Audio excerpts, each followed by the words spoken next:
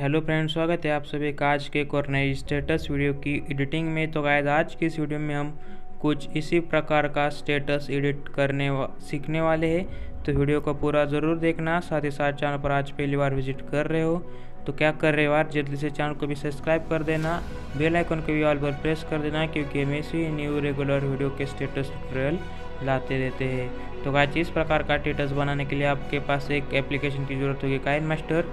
तो हमें इसको सिंपली से ओपन कर लेना है।